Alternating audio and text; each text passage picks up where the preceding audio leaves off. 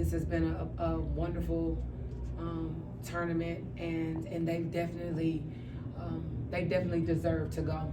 They played relentlessly, all week, and then to show up after playing last night, getting in late, and playing us as hard as they played us in the fourth quarter. That's just hats off to them. They wanted it. I thought that they played really, really hard.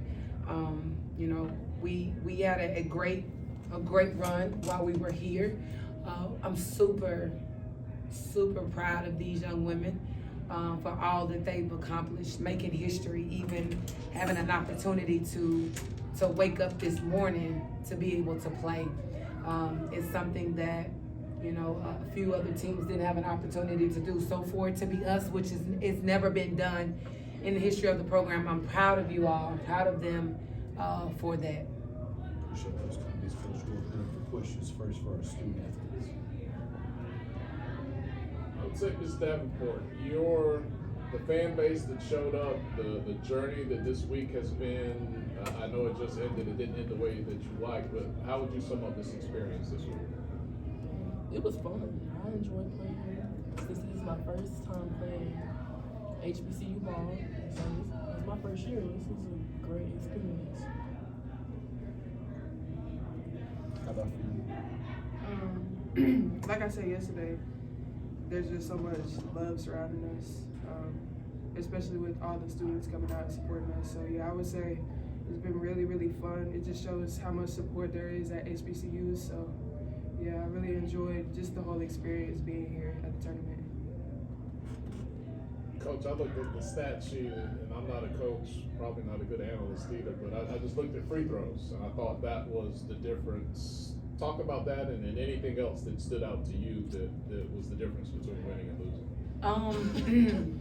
I've actually, we talked about it. We've been struggling. I think I said that maybe our first night or maybe on the radio back in Pine Bluff, that we struggled at the end of the season with free throws. We were like right on the cusp of like the 50% here, and 40. We had 40% games, and then we showed up to the tournament, and I felt like we were locked in. I think the first night we were in the 70s, and then the night after that, we were in like the 80 percentile percentage of the free throws. And then you look at the free throw line and you're at 38%, regardless of whatever else that went on or went wrong in the game. You cannot win a ball game, a championship, shooting 38% from the free throw line.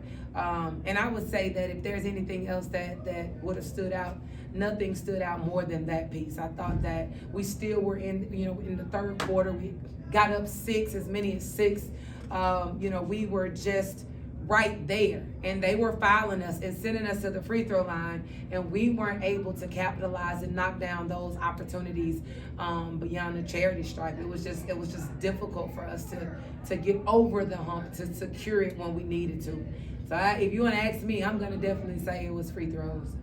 Well, Coach, outside of the free throw situation, anything else that stands out from the fourth quarter, whether it be a personnel with matching up against them, because you looked like it was poised that you were going to take it, but then it fell apart at the end?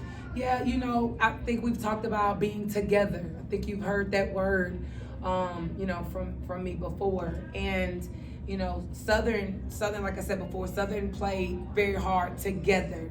Down in the stretch, I think that there was some miscommunications coming out of the huddles, and I don't know where the disconnect was on that. And then, there was some frustrations and some emotions that really and truly, if we were able to just kind of calm down and lock in to the bigger picture. We were talking about possessions at that point, and we never really kind of got settled.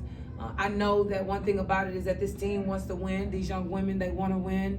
They deserve to be here. They worked hard to be here. And sometimes you have to just keep your composure. When Tia, fouled out, I think, she was a little emotional. I thought that she was going to be able to come back and let them know that they could get it done without her, especially because she set the pace so well. I could visualize her setting the pace so well on Wednesday and Friday. And I'm thinking, okay, well, we have the formula. They know what it takes. But I guess missing her presence on the floor was felt a little bit. But still, that doesn't discredit anybody else that we have on this team, because I still think that anybody can step up. Who could we count on to step up in clutch situations? I think that, we wanted to share a little bit too much, as opposed to someone stepping up and taking control. You have to be excited about. I'm sorry. Go ahead. Thank you. I think you felt the eyes in the back of my head, but it's all good. Coach, one thing you have been adamant about throughout this tournament, your entire team's coming back next season. So how do you kind of take this experience, kind of bottle it up and, use it to fuel you for off-season workouts? Because you're not losing roughly anything right now. This team, I told them in the locker room that, they have a taste of what it feels like to be on this stage. I think we played so hard versus Alabama State because we lost to them twice in the regular season. So, to come all the way here to get to the championship game, there is no doubt in my mind that they're going to fight to do the things that they need to do to be back here. Coach Zay Green was on the end of the bench coaching, the entire game, and she's done a really good job as far as keeping them together and keeping them, focused. And so that is something that we are excited about. We only lose two young ladies, and the entire team returns, and you add Zay Green and Karina Carter to this bunch, and then I think that you'll see that we may be sitting back here at the same table next year. I don't know what seating will be, but we will be sitting back here next year with the work that they put in every single day. Coach, let me just piggyback real quick on the fact that you've got many of your personnel returning next season. As you go into the off season with recruiting, are there like maybe one or two pieces that you think might? Is there anything in particular that you're looking for that might complete to get you to actually winning the championship? Well, we've already signed 2 freshmen. What we were trying to do was build a younger group behind this group right here, so they can kind of learn a little bit once they get here. If we have room for anybody, it would probably be one kid. Zay Green is a walk-on. Zay Green is not even on a basketball scholarship. I'm gonna let that soak in for y'all. And when she fell into our lap, it was late. And so for her to come here and take a chance on us, we're gonna get other transfers throughout the country that's gonna come in and that's gonna take a chance on us. We have 17 kids on our roster. And so, Ms. Zay's not going anywhere. For anybody who's listening, once you want to post that, she's not going anywhere. She is locked in.